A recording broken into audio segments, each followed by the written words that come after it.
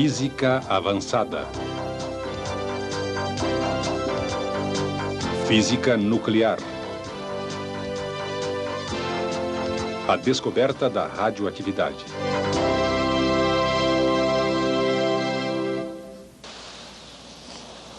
Do que você se lembra quando ouve as palavras radiação nuclear?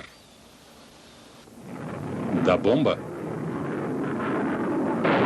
Ou de nuvens em forma de cogumelo? Talvez tenha visões de lixo nuclear destruindo o ambiente por vários séculos. Você já notou que a radiação nuclear faz parte da experiência humana desde o início dos tempos? As pessoas não percebiam porque os nossos sentidos não conseguem detectar a radiação nuclear.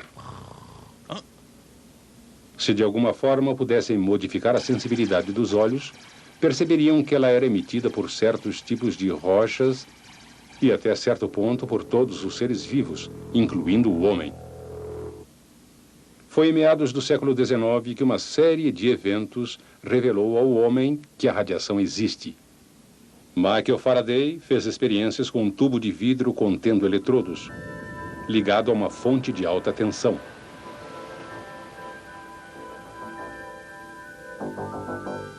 Quando o ar foi retirado do tubo, apareceram raias de luz entre os dois eletrodos.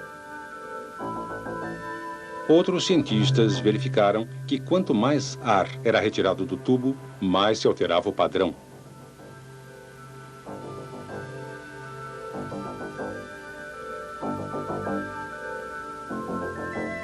Quando se coloca uma tela fluorescente em um tubo altamente evacuado, uma linha brilhante na tela sugere que alguma coisa está se movendo entre o cátodo e o anodo. Essas coisas misteriosas foram denominadas raios catódicos. Outras experiências mostraram que campos elétricos podem defletir os raios catódicos. As experiências revelaram que um campo magnético também pode refletir os raios. Essas observações sugeriram que os raios catódicos são partículas carregadas negativamente. Quando Wilhelm Röntgen começou a estudar esses raios, fez uma descoberta extraordinária. Ele estava fazendo experiências com um tubo de raios catódicos altamente evacuado e coberto com papel opaco. Por acaso, perto do aparelho havia um papel tratado quimicamente. Quando o tubo de raios catódicos foi ligado, o papel começou a brilhar. Mas o brilho desaparecia assim que o tubo era desligado.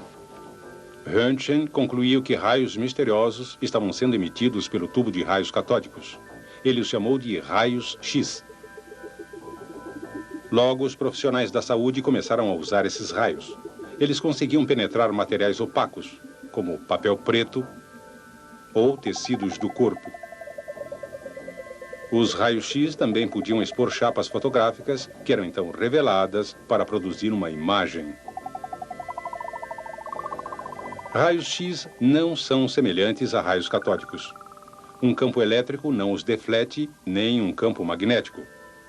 Isso sugere que os raios-X não são partículas carregadas. Apesar de serem diferentes, os raios-X e os raios catódicos têm algo em comum. Ambos são uma forma da ainda inexplicada e misteriosa radiação nuclear. Foi Henri Becquerel, ao expor os raios-X, quem descobriu a radiação nuclear. Quando colocadas sob a luz do Sol, algumas substâncias são fluorescentes e emitem luz visível. Talvez emitam raio-X, pensou Becquerel. Testando sua hipótese, usou chapas fotográficas cobertas com papel opaco para impedir que elas fossem expostas à luz do sol. Colocou um composto químico fluorescente no papel. Por causa do papel opaco, quando a chapa fotográfica foi revelada, não houve qualquer exposição à luz do sol. Assim, qualquer exposição na chapa seria prova de que os raios-X tinham penetrado o papel. Durante o mês inteiro, Becquerel não encontrou produto químico fluorescente que conseguisse expor a chapa fotográfica. Então testou sulfato de potássio uranila. Dessa vez, após seguir seu procedimento normal, Becquerel observou que a chapa fotográfica estava ligeiramente exposta. A radiação vinha mesmo do sulfato de potássio uranila ou de algum outro lugar? Colocou então um objeto entre a amostra e a chapa fotográfica. Quando a chapa foi revelada, apareceu o formato do objeto, o que parecia comprovar sua hipótese de que os raios-x estavam sendo produzidos diretamente de sua amostra fluorescente. Mas, certa manhã, o céu ficou nublado, logo depois que ele preparou outra experiência com sulfato de potássio uranila. Becquerel então deixou a experiência de lado. Como o céu permaneceu encoberto durante vários dias, já impaciente, decidiu revelar as chapas a si mesmo.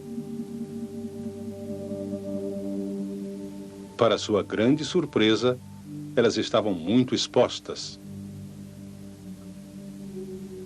Ele percebeu logo que a amostra tinha emitido algum tipo de radiação sem ser estimulada pela luz do sol.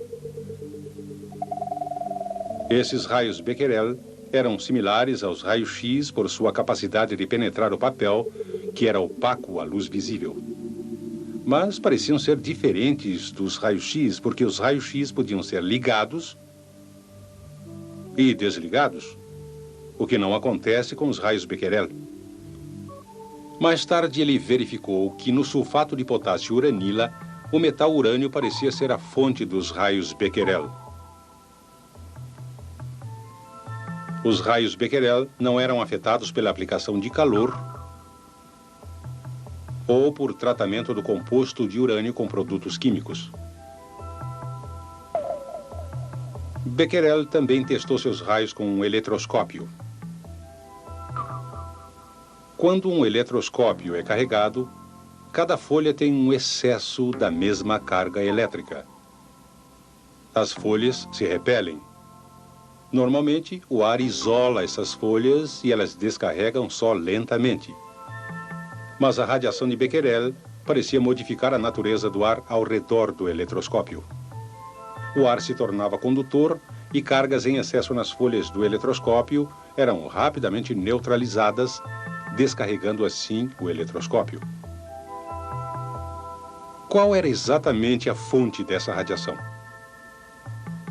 Marie Curie descobriu que o elemento tório também emitia esses raios.